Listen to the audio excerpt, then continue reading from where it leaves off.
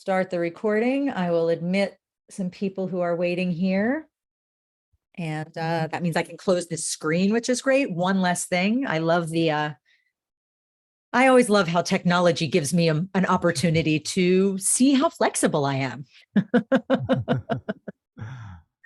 And I'll admit, folks, as they're coming in, I know a lot of folks, it's kind of the middle of the day, early morning for some people. Yeah. So Yep. want to just give them a second to come in. Sure. And I love that you and I, Mike, you and I are in the same summit with, so you've met my friend Miranda. Yeah.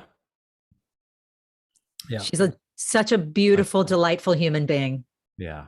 I think my session's airing today. I'm pretty sure. I believe you're correct. I believe you're correct. I think I'm on Thursday.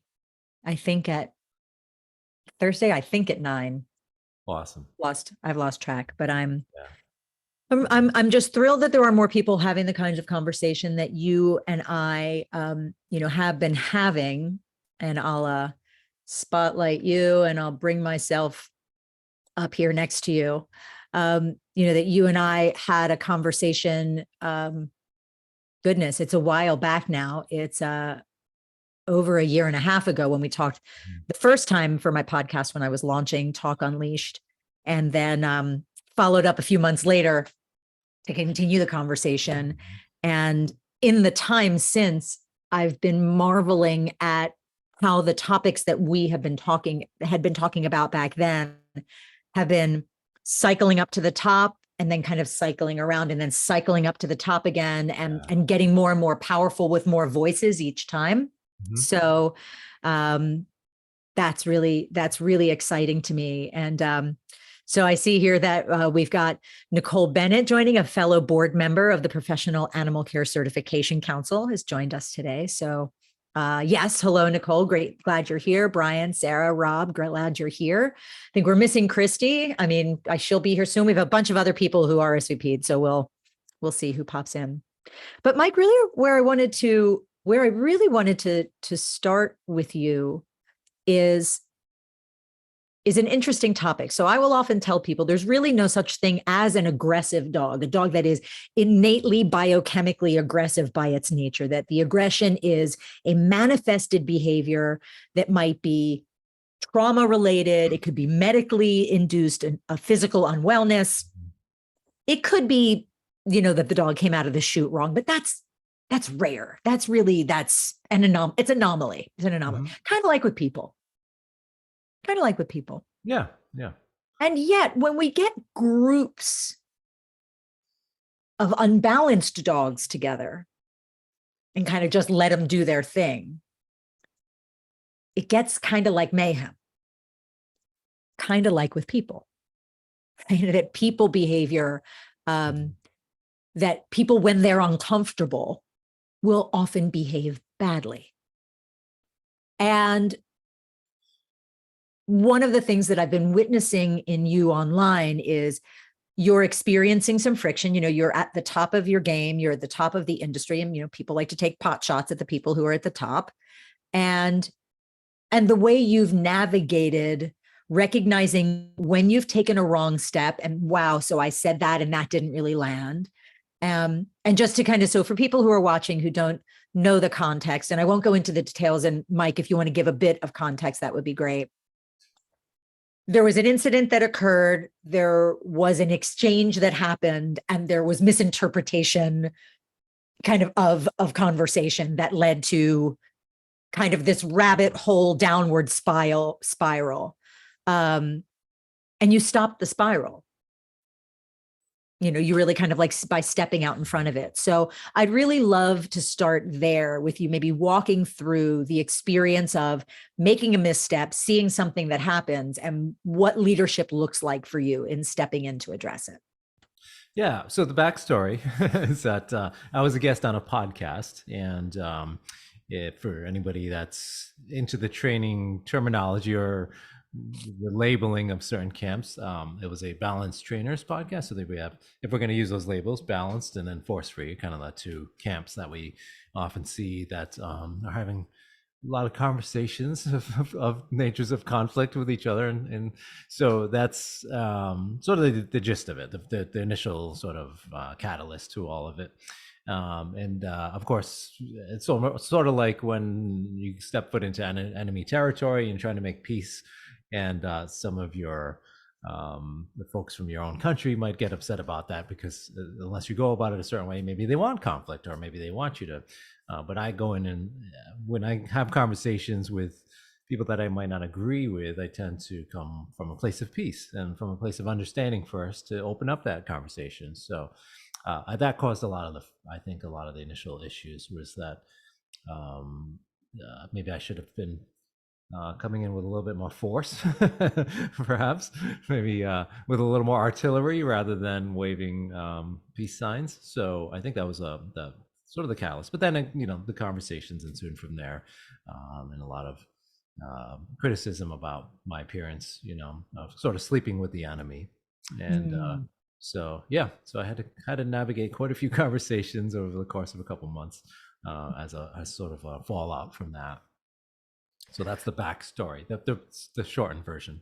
Yeah. And so, and what it devolved to, again, you don't necessarily need to go into the specifics of the kinds of things that were said to you, because some of the things that were said to you, I would just categorize as repulsive, that you shouldn't say them to anyone under any circumstances. I mean, the cruelty that came at you was, regardless of whether you disagree with someone, making blatant personal attacks on them, on their family, things threatening people. Like it's just not okay. It's not, like, we can all say that that's not okay behavior. So what do you do with that, though? So here you are, you're in a leadership position, and you have people literally coming at you in a lot of different ways. First, what comes up for you in that situation? Because I know for me, someone comes at me, I always joke with people, on the fight, flight, fawn, or freeze spectrum. The latter two are almost absent in my makeup. I will either run away, but usually run away to get a large stick and then run back and thunk you in the head with it, or I'm just going to come right at you. Like, those are my kind of action stages. But of course, that doesn't lead to resolution. Yeah. Like, someone attacks you, attacking them back doesn't lead to resolution. So talk to me a little bit about, you get a message, whether it's a DM or what have you, you have that first reaction to it. Walk me through that process for you of how do you unpack it enough so that you can do something with it that's meaningful.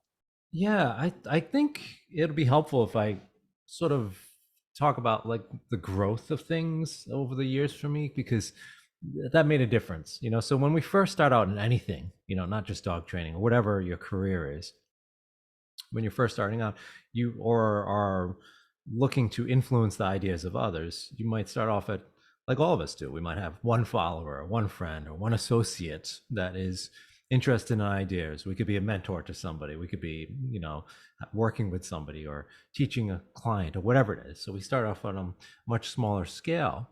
Now, if that person was to say something very hurtful to you, it hits in a different way than if, as you start to grow your number of followers or the number of people you might be influencing. So, I think at every level of our lives, we experience hurtful comments from other people, especially on social media these days. But it hits you differently. Like, so if it's just that one person, like let's say you start out as you're a personal trainer for, working with people to get in shape or something like that, and you have that one client and they start talking about you negatively, that's gonna really hurt. It's really gonna like hit you. Like, you're gonna be like, wow, my one person that I've been like surrounding my whole career around is talk badly about me. It can come in varying degrees. So like some of the comments were just, I'm all for rightful criticism. I'm all for people's comments and critiques. That's completely normal in life. What can be different though is when it gets to like threatening levels. So people threatening your business or livelihood or your family or friends and things like that. So kind of wanted to differentiate between those two. Well, let's say you have a mixture of both. You have critics and comments coming from different angles. But then let's say you grow a little bit more, your personal training business grow. Now you have 100 clients. And so it becomes less hurtful when it's just one person out of 100 maybe. And what I've realized that as I've grown to, what's gone from that one person, like, my first client as a dog trainer, to getting more clients, to teaching other trainers, to teaching workshops, to teaching, to speaking at conferences, to launching a podcast. And so going from, one client to now tens of thousands of followers, around the world, it's really, if you realize that you're always, no matter what stage of your life you're in, you're always going to have critics. You're always going to have people that comment critically about you. And it's how you deal with it that matters. And then you realize that the vast majority of the time, these people aren't really saying anything about you that really has a lot to do with you. A lot of it has to do with what they're going through in their life, in their own personal journey, of what they might be feeling or experiencing, or their past experiences that often has nothing to do with you.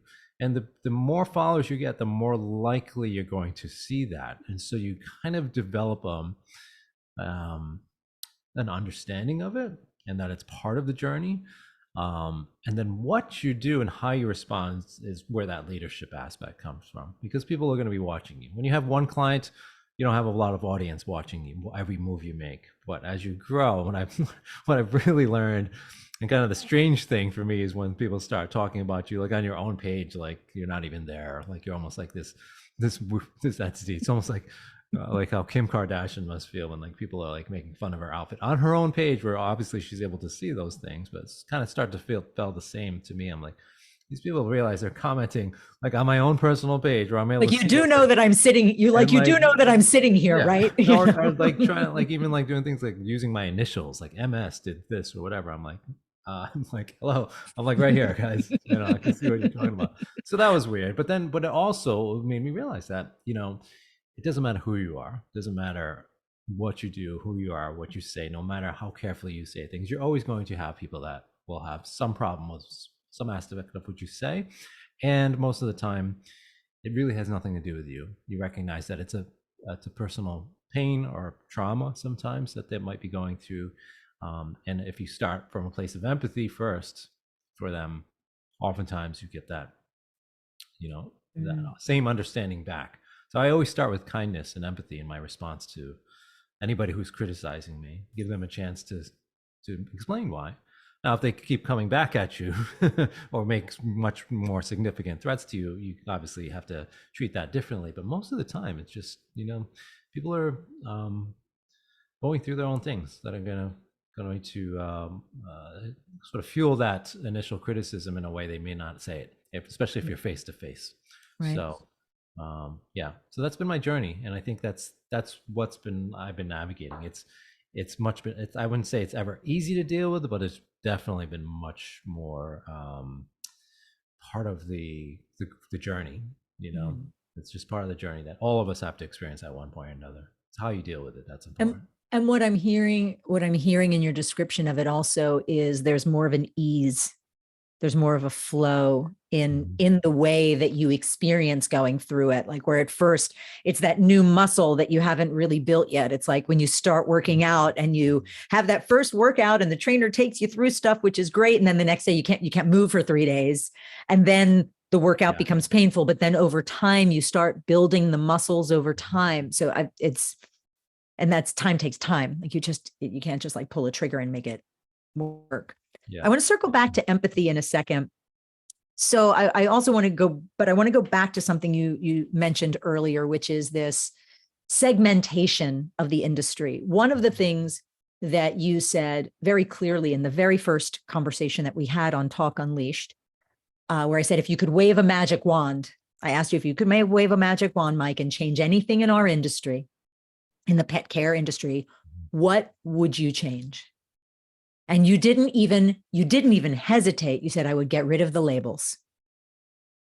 That we wouldn't be a balance trainer or a force-free trainer or an R-positive trainer or a this trainer or a that trainer. We would just be a dog trainer, much like a carpenter is a carpenter, much like a plumber is a plumber, that an architect is an architect. They build very different things. They do very different things with the tools they have, but they all know how to use a slide rule. They all know how to draft blueprints. They all have the basic building blocks. And the underpinning of all of it is the well-being of animals. Like, we get into the industry, in the pet care industry, because of the love of the animals. I mean, and I say this, and hopefully this doesn't get you in any hot water, but I'm a balanced trainer. Mhm. That would be the category in which I put myself, which means I will correct and redirect a dog. Now, what does that correction look like? It could be me using my pinky finger and like just tapping the dog on the ear. You know, it could be me putting a slip lead on the dog. A collar will give you a corrective action to a dog. Like, so that's more where I come from. And it's always the lowest level of force necessary. The dog should never be afraid of me, ever. So fear-free, I'm all for it. The level of force, air quotation marks, I may need to use is going to depend on the dog and on its age and on the conditions and the circumstance. And are they coming to me having been a biter, or whatever the conditions may be? But that there's no broad brush stroke, that it is, after all, a dog, not a human, which means I have to use dog psychology, not human psychology, to actually get my way toward them. You know, and I say that because I sit on the board of an organization where I'm the only balanced trainer on the board. The others are positive, you know, more positive, but we all agree on what our baseline is, and that we all address different things. There are dogs that other trainers would be better suited to work with. And wouldn't it be better if we worked together without criticizing? And one of the things that I've seen, especially in this latest conversation, is this fear that we're different, right? That somehow by having different designations, it makes the designation that I have not be okay. And I would just love for you to speak to, in your time working with dogs, I mean, you chose to work specifically with aggressive dogs, right? So that's a very different experience. So when you think about that kind of more egalitarian view of the space, and why people may be having such an issue, I'd love to know what your thoughts are there. So, just to kind of recap the question, like the issue with the terms balanced and force free, and why that can be problematic. You kind of want to expand on that, right? So yeah, anytime you have opposing points of views that are sort of encompassed by labels, you're going to have a problem. And it's not just in training; it's through all walks of life, right? Politics, medicine. Any time you have differing opinions, and then you label them into certain camps, that creates a divide automatically, right? So now you have two sides, a dichotomy in what the philosophy is around a particular changing something. In this case, we're talking about changing the behavior of dogs or training. So that's a problem, because now you're creating conflict in which you're going to you create arguments just by virtue of creating those labels. And here's the interesting thing, is that I've had the fortunate opportunity to travel now to, I don't know, I've lost count now, over 20 different countries, hundreds of cities around the world, lecturing and working workshops for trainers. And so I get to meet a lot of trainers. I've met tens of thousands of different trainers. And some of them would call themselves balanced, some of them would call themselves force free. But the interesting thing is, there's actually way more similarities in the approaches and the training, the information they're sharing, the information they talk about, than they realize. And by creating this dichotomy in the labels, we're forgetting about all of the stuff in the middle. And most of the people are actually in the middle. If you ask about their training steps, what do they use for tools? How do they approach training?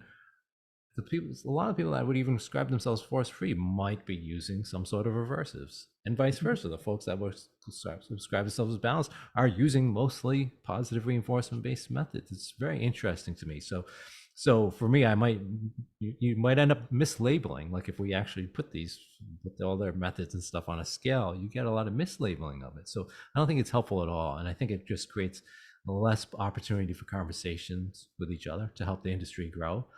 And it's universal. every country I've been to has different camps. Not so extreme as we see like in the U.S., but God definitely bless at the same. America. Yeah, or in some other country, UK, Yeah. but we like our camps here.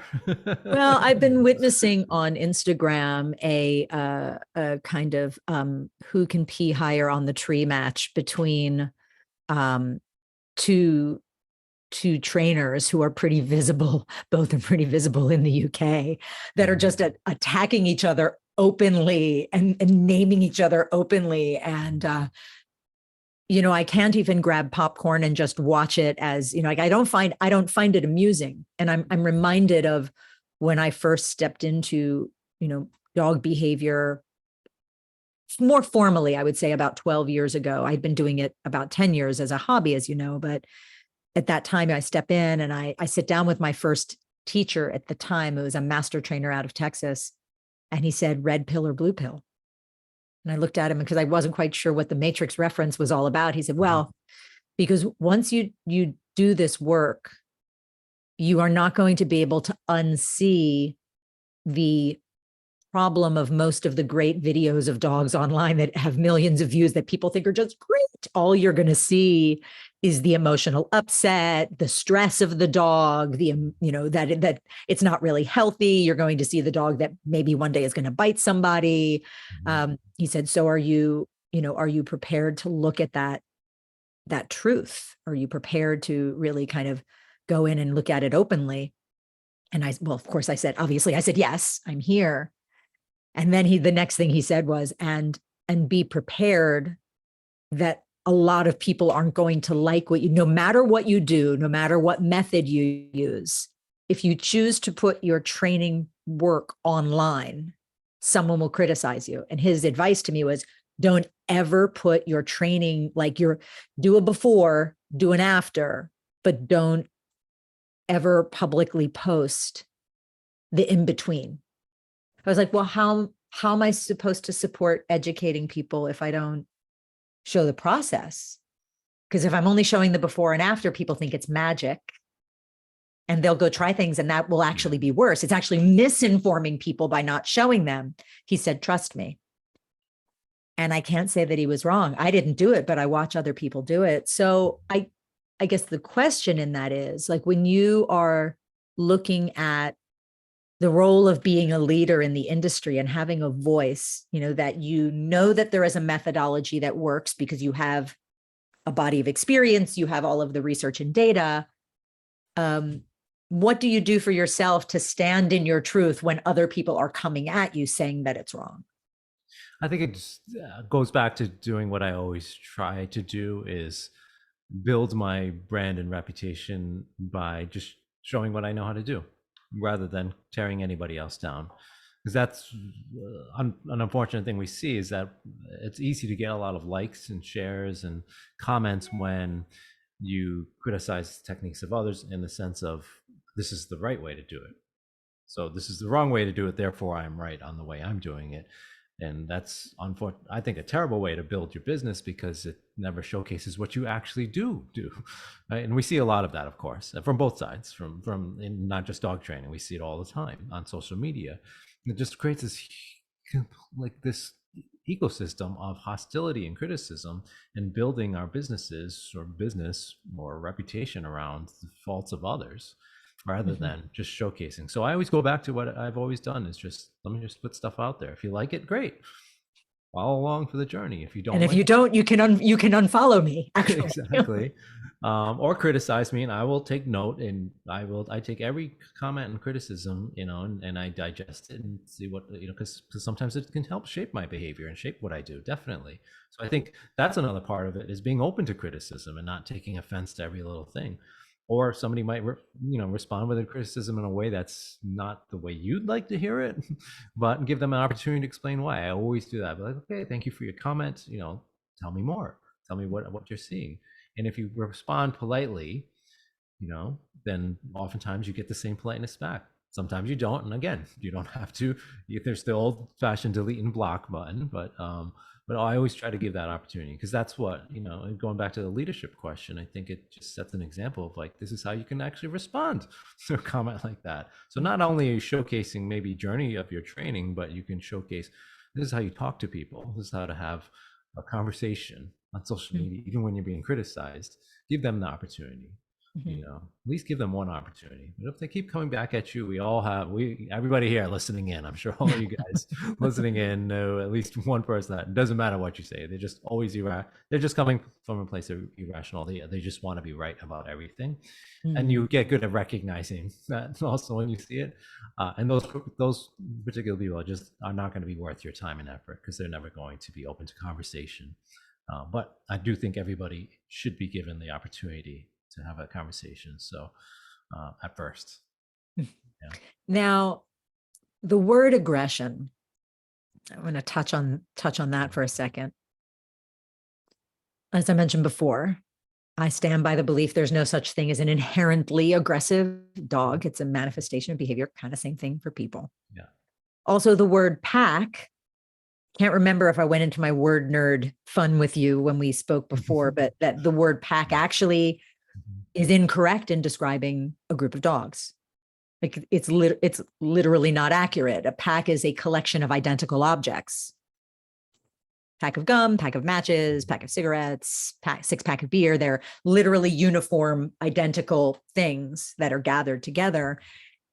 And even a pack of wolves that is naturally occurring in nature is no more specifically identical than an organically built family, than a mom and a dad with kids. Like they're genetic, similar, but different. And then the socialized definition of the word pack, if I think of a wolf pack of men, for example, they're not out doing philanthropic work. They're out making mischief. They're unpredictable. This idea of a pack of people, it's unruly, it's a mob. So those two things together imply that it is, it's got leader of the pack. It's got this nice kind of ring to it. And even the leader of the pack, the song, the leader of the pack, it was a gang. He was a gang leader, is what he was. This was not a bunch of Boy Scouts, out helping little old ladies across the street. So what I want to come back around to is when I think about the word aggression as it applies to dogs, usually people are meaning dogs behaving in a socially unacceptable way, showing their teeth, using their mouths in a way that isn't good, that sort of thing. But people do the same thing. So experience of you have one person who comes against you, and then all of a sudden you've got all sorts of people kind of egging on. What of the experience of how do you manage the mob? Yeah. So let's unpack that a little bit, for lack of a better word. Yeah. So let's unpack the pack, but also unpack the word aggression, because for me, aggression, I look at it as its behavior. So I never call a person or a dog aggressive, even though my business name is aggressivedog.com, but it's just what people search for online. But it's actually, for me, aggression is behavior, and it's just like breathing. It's a normal behavior that any animal, human or dog, is going to use to keep themselves safe. It's just our society, unfortunately, human society, frowns upon aggressive behavior from dogs, because it's it threatens our safety. We're supposed to be wired to be afraid of things with pointy teeth, of course. So, or moments when pointy teeth come out at us. But aggressive behavior is quite normal for any species, and be used to survive and to increase distance or eliminate a particular threat. And so that's the function of aggressive behavior, and it's normal. So I always remind my clients, it's not abnormal for your dog to air snap at a child that's trying to ride them around the house like a pony. Bad idea. And so it's generally a survival mechanism, or the function of survival. So that's what aggression is to me. Just like a person, we would never expect a person not to use some level of, I want you to move away. So whether it's using their voice or physical force or pulling out a gun or a knife, whatever it is, there's different levels of an aggressive response from a human if somebody tries to take your wallet or steal your money, or threaten your livelihood, or threaten my dog. Exactly. The So last it's thing a they normal do. behavior. Yeah. So for me, aggressive behavior is a normal response to a threat. Of course, it just doesn't fit into our society. That's why we have such a problem with it. And I'm not saying I'm for just letting dogs go around biting everybody, but that's my definition of aggression. But pack is another interesting term. It depends again, as you were mentioning. So you have like the social definition. You might have an ethological definition. So pack is a very normal way of describing a group of animals that are, it could be loose and amorphous, sort of like you have packs of roaming dogs in, like, if Australia, just where I was at, like, so if you go out into the more rural territories, you'll have packs of roaming dogs, and those packs are loose. Members come and go, but they work together as a group to often meet mutual goals, defending territory, acquiring resources, and so, or pack of coyotes. So from an ethological sense, pack is a very tried and true definition. But then you can also get into like a pack of men, like you were saying, or a pack of humans, and so you get this. Anytime you have a group of animals or conspecifics, you're likely to see, or potentially able to see, things like social facilitation, behavioral contagion, emotional contagion. These are all just fancy words for what can happen in group dynamics with behavior. So the example I use all the time at my workshops is social facilitation can be something like, you're in a plane, you're taking a plane, you're at 30,000 feet above, hitting a little turbulence, and then something happens. Nothing changes in the turbulence you're experiencing, but in the back of the plane, all of a sudden you're sitting in the front. In the back, all you hear are these people screaming. People start screaming like, something bad is happening. Some of the people in the front, without even turning around, will start screaming. That's social facilitation. That's emotional contagion, where it's just behavior that can be passed on from one to the next without even having that particular reason for doing it.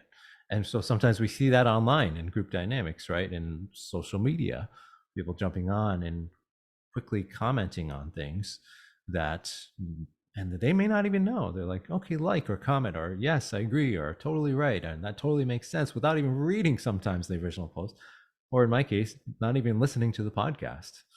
Oh, So wait, that there was a podcast? so we saw pack or social Mhm. facilitation happening in some of those contexts. And here's the interesting thing: is it's hard not to agree with something, especially when it's in the context of, let's say we use something like racism, and somebody's identifying somebody else as a racist, and then for you to disagree with that, regardless of how true it is or whatever it is, it's going to not look good for you if you're suddenly saying, oh no, that's not racism. So now you're suddenly anti-racist, or you're actually supporting racism, rather, No. right? Because you're not agreeing. So you have to agree with that person, right? So that's the interesting dynamics, and we see that happen in dog training also.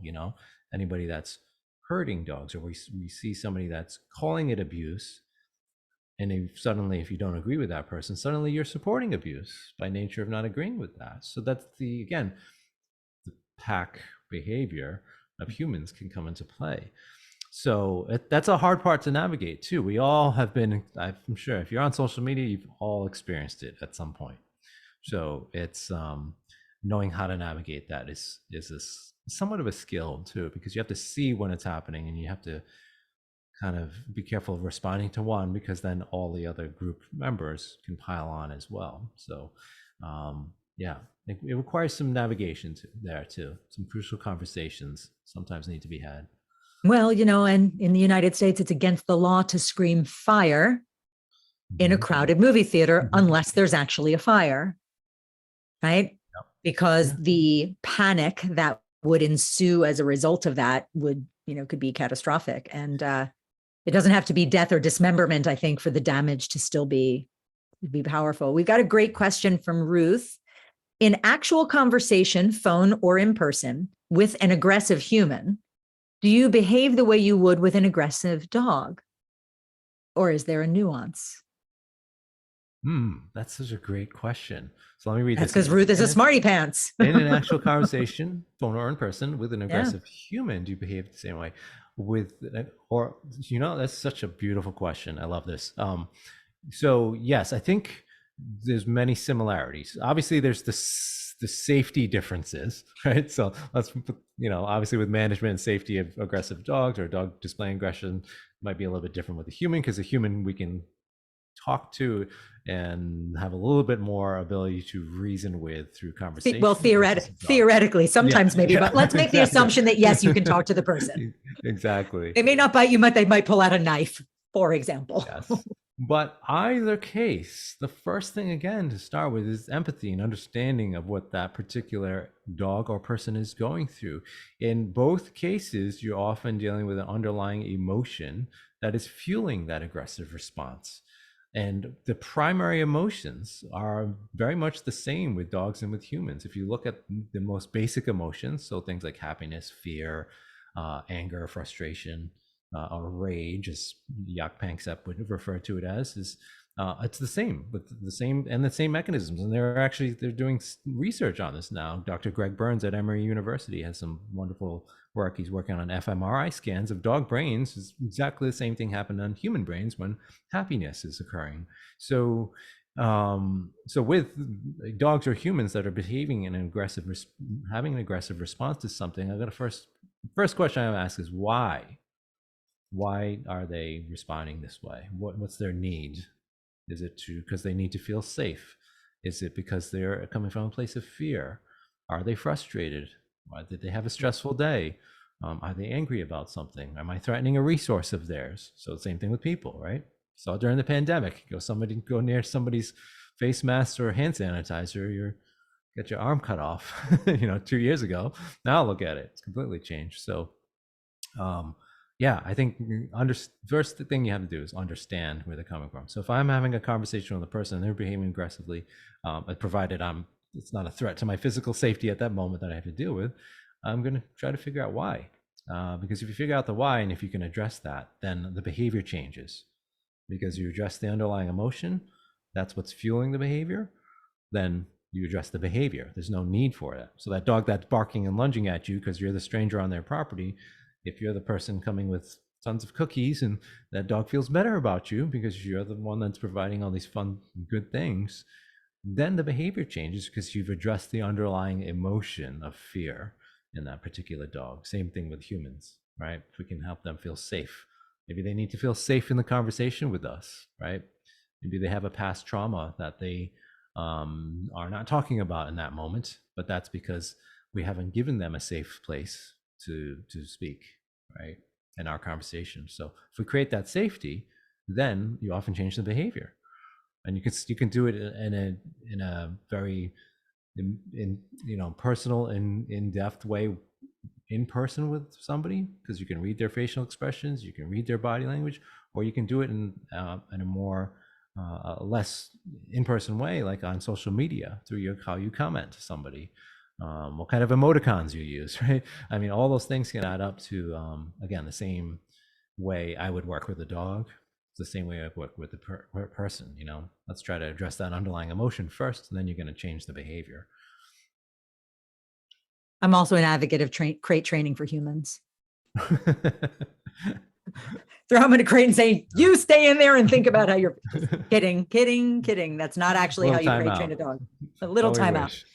And I think that you raise, kind of jumping off of that, what I think about is, you mentioned empathy. And then the thing that comes in the next breath for me is curiosity. Right? That not only do I get to have empathy for the other, but I also get to be curious enough to lean in to that discomfort point. Much like when whether I'm working with a dog or I'm working with a person, it's, so this reaction to me is an adverse reaction based on not something, there's no real evidence here. Whatever, they're reacting to a thing that doesn't exist.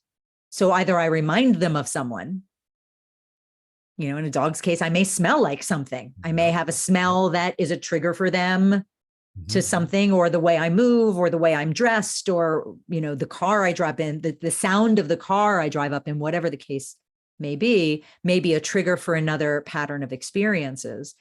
And the same with a person. But to your point from before, with a person, I have an added asset, shared language, literal shared language, where I can just ask. I'm experiencing that maybe what I said didn't land for you the way I intended it to land. Can we, Yeah. can I rephrase that? Or maybe you can let me know. I did get a sense that I may have irritated or annoyed you with that. Not my intention. Can you tell me a little bit about what's going on for you right now? I mean, people look at me like I just sprung another head out of my shoulder. Like, wait, what? You notice me? Wait, you see me? Do you ever, Yeah. Mike, do you ever have that experience that, you lean into with curiosity to someone and there's that revelatory moment that they're being seen? Yeah, definitely. I mean, I think that's a really important point you make, Cathy. Is like we should be coming from a place of wanting to find out more about the reason, not just being reactive as to what they're doing. And that's going to always allow us to explore other paths in the conversation. Is if we shut that opportunity, then we're only going down one path, and it's usually a path of conflict. So curiosity definitely, and it's just like we do our cases. We're working with a dog displaying aggression. We should always be curious, because the moment you go in thinking that, oh, I know all totally what's happening, I know it all, then that's where you run into trouble, because you miss. That's the day you lose a finger. Yeah, I mean, it can work out for you a lot of times. You see a lot of things over and over, sure, but we should always have a little bit of inkling of, could there something be else going on with this? Let's just be sure. And curiosity is going to allow for that door to be left open, so you can, if you need to go down other paths, you can. So very, very important point.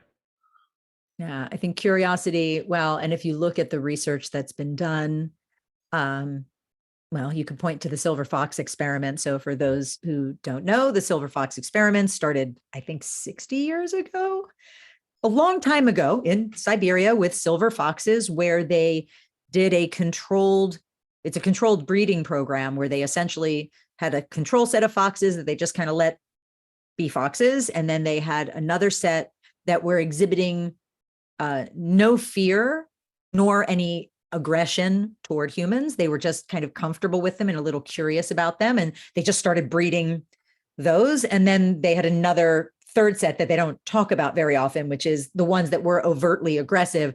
They started breeding those also. So they had these three separate sets. And that one in the middle that exhibited the curiosity and the relative sense of comfort, self-confidence, began to evolve.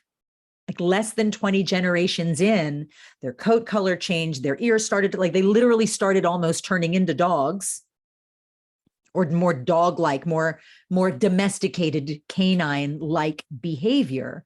And that this idea of curiosity as an elevated form of evolution.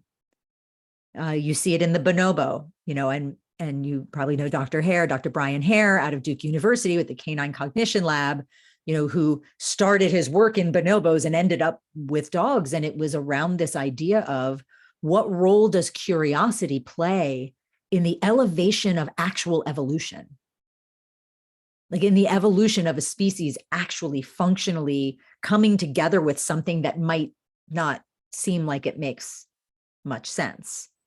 And so I would love your thoughts on, when you think about where we get to go, not only as the guardians and caretakers of dogs, but as the guardians and caretakers of our own growth in species, that what might we learn from how the dog has come to us and what they get to show us, so that we can just be better people. Big question. Oh, come on, Mike. You know me. I don't ask little questions. I only ask rabbit holes I only can go ask big down chewy there. ones.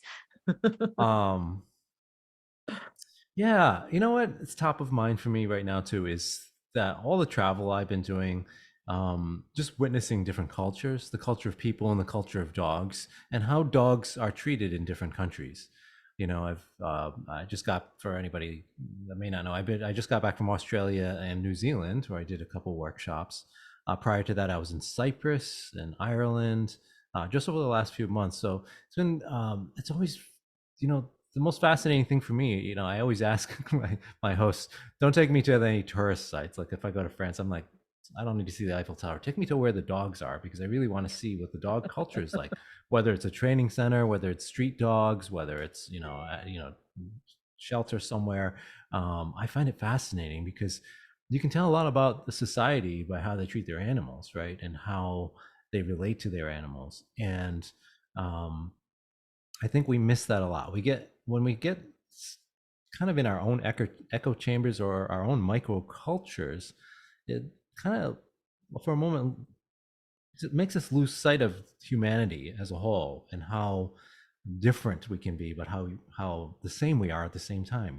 There's just this beauty of the human culture and how it's adaptable, and I think we have and changeable and moldable.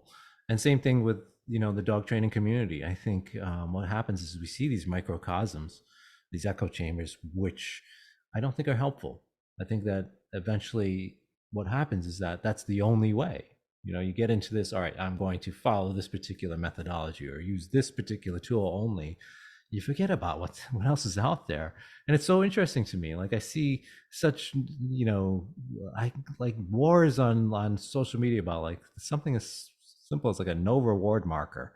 Like people will argue that and like say about how abusive it is or how aversive it is. And sure, some dogs it could be frustrating, but travel around, and see what's happening to dogs in other places. Some really awful things in some countries, and some really wonderful things that aren't being talked about enough.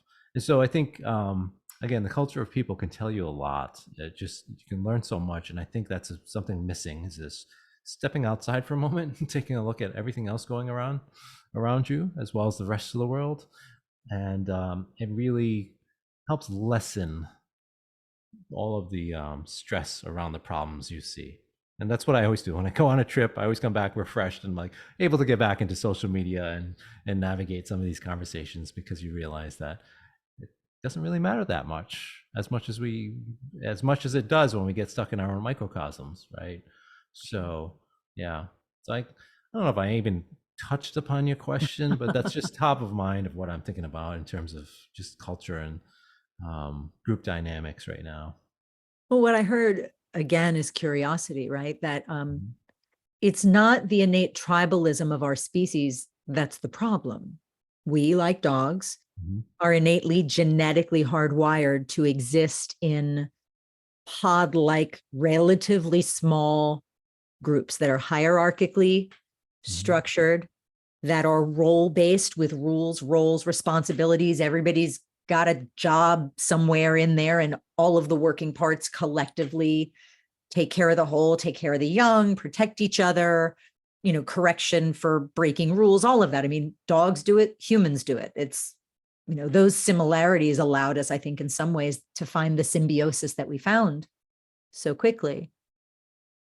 It's the weaponization of the other, right? If you think about even in a naturally occurring family of wolves, and just like to be clear, I'm not a professional lifelong wolf research studier. I'll, leave that to David Meek, Dr. Meach, and well, unfortunately, Gordon Haber's gone, but there are people who have studied wolves for the entirety of their lives.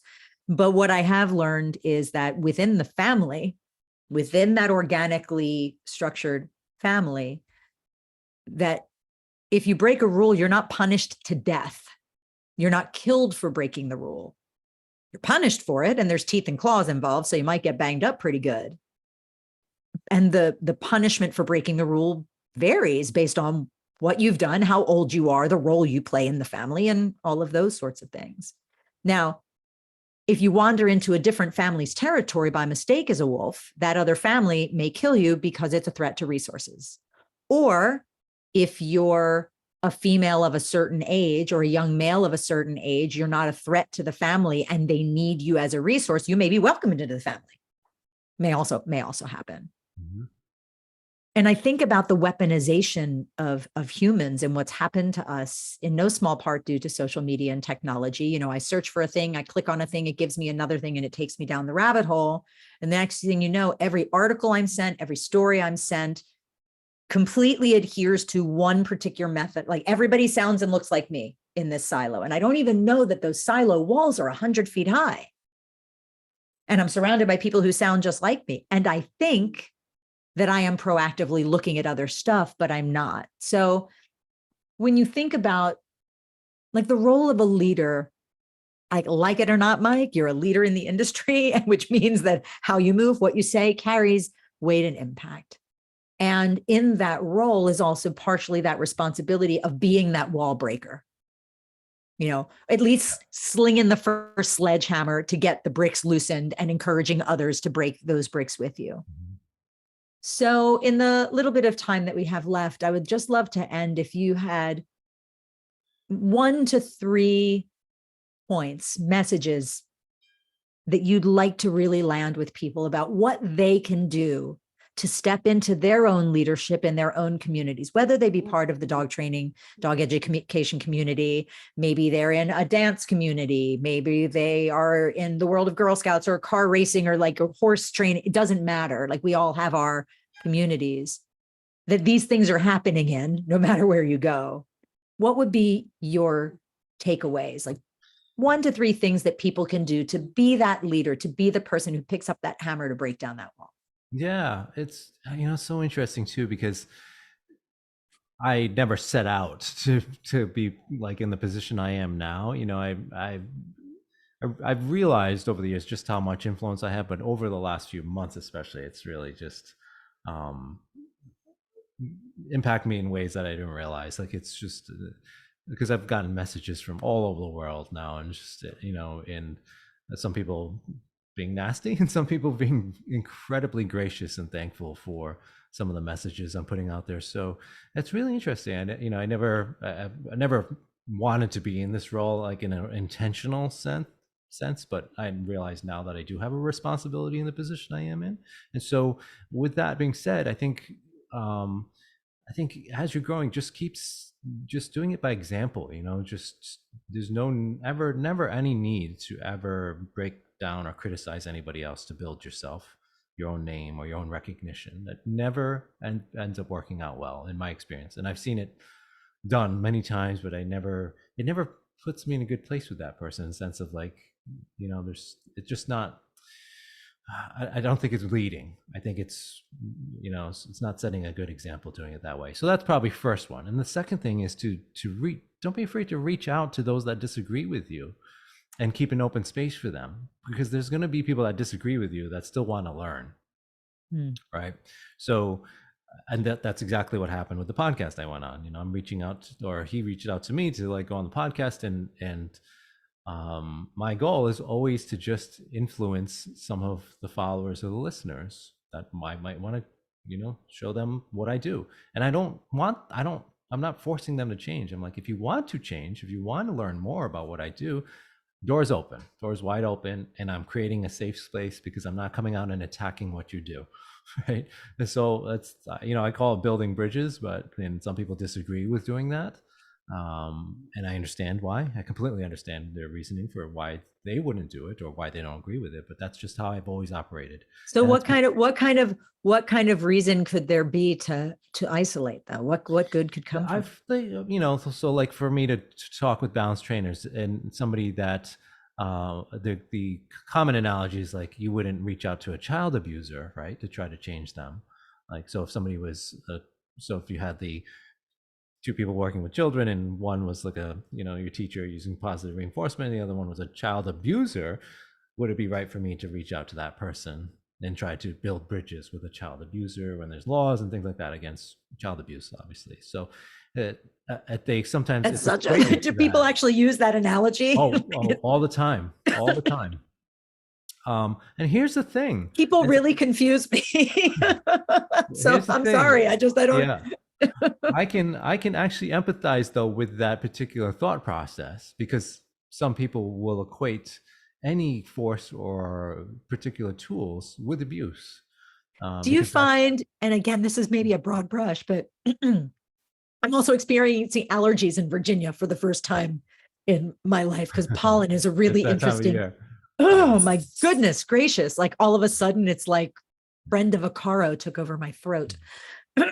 So is it your experience that some people who have an aversion to correction of any sort might actually have unresolved trauma Yeah. around their own abuse. And so the way they see it, and what they're seeing is something very specific. Yes. Yes, definitely. Definitely. And that's why I'm empathetic to it, because Mm. I'm not gonna blame them for their past experiences. They didn't ask to experience abuse in their relationships or early on in their life. And what they might be witnessing now might remind them of that. And so I can completely empathize with that. And that's why I can understand why people can get so upset with me for, you know, building bridges with abusers in their mind. So I can empathize with that. But I also understand, if they were to look at me 20 years ago when I first started training, I would be an abuser. I would be that child abuser in the sense of dog training, because I used all the aversive tools, prong collars, shock collars, you name it. That's how I started. But the way I changed was somebody that was open, kept their doors open. It was like, hey, I'm not going to criticize you for what you do, but if you want to learn more, and I was open to learning everything. I just couldn't find anybody at the time. 20 years ago was much different than it is now with all this accessibility to online information. Back then, it was like Yahoo groups and books and stuff. I know. So it was hard to God, actually remember Yahoo find. groups? Yeah. I mean, it was hard to find actual good information on working with aggression back then. There's like maybe 5 books available, and the rest was like little bits of information here and there. So, but this person, Barbara Brill, took me under her wing and like really helped me out, because in an empathetic way. And I would have never changed because I was getting all kinds of criticism back then. So, and this was before I even was anybody. This is when I first started out training. So, you can imagine just how much those ripples would have impacted. What if I dug in deeper and just was like, oh, I'm totally going to be, just using e-collars for the rest of my life, and somehow I still got it well known. Think about the differences in how that could have worked out. So, Yeah, and there's a fellow who I follow, who he's got a long history. He's was a canine handler for a police force and actually set their policy back in the day, was an Air Force, this is in a different country, and he calls them Nazis. hmm, And every time I see him post that, I think it's like, that's not leadership to me. yeah. And one of the things that I've taken to doing lately, and I've actually done it in political conversations, which has been really fascinating, when I'm confronted by or exposed to someone who's diametrically opposed to me in some way, is to genuinely ask with curiosity how they came to the views and beliefs that they have. To acknowledge, so our views are different, not good, not bad, just different. We may disagree. Like, what we agree on is this behavior is not the behavior we want. This is the behavior we want. Like, we agree on the A and the B. We categorically disagree how to get there. Would you be open to walking me through how you came to the belief set that you have and the practices that you have that are so important to you? And I haven't had a person in any context who wasn't willing to engage when asked. Doesn't mean that I changed their mind or they changed mine in the end, but there was a human respect that lands in that sort of context. So, Yeah. Yeah. another suggestion that you might toss that tool in the box the next time some person decides to say something mean to you. Yep. Or just call me and I'll go beat them up for you. There's also that. Remember, fight or flight. And if it's flight, I'm going to get a stick to come back and beat them up with. I am, I'm joking. There is never enough time to have a conversation with you. And there is always so much more that I could see us digging into. So there's going to be a round 4 at some point, I am sure. But just to say again, first, thank you for your time. I so appreciate. I know how busy your schedule is. I know how jet lag is, and most of all, for your role in the industry, for the space that you inhabit to really model what leadership gets to look like. As a dog trainer, could be horse trainer academic. I know as a person in a field, as an expert in a field, what that could mean, what can it can mean within a space as well as kind of on a broader scale. So it is a pleasure and an honor to know you, sir. I appreciate the opportunity. And you get to have some rest. And thank you. Thank you. If you want to find Michael, you can find him at aggressivedog.com. So that's a great URL for you to now. Hopefully you never need an aggressive dog trainer. Let's hope you never have a dog that's what was your podcast? The bitey end of the dog? Yep. Yep. The bitey end of the dog. Great title for a podcast. And yes, and I look forward to hearing more from you. If there's ever anything that you need support on, you got me in your back pocket. I appreciate it. And thank you everybody for joining in as well. Thank you, everyone. And with that, I shall say farewell and good day.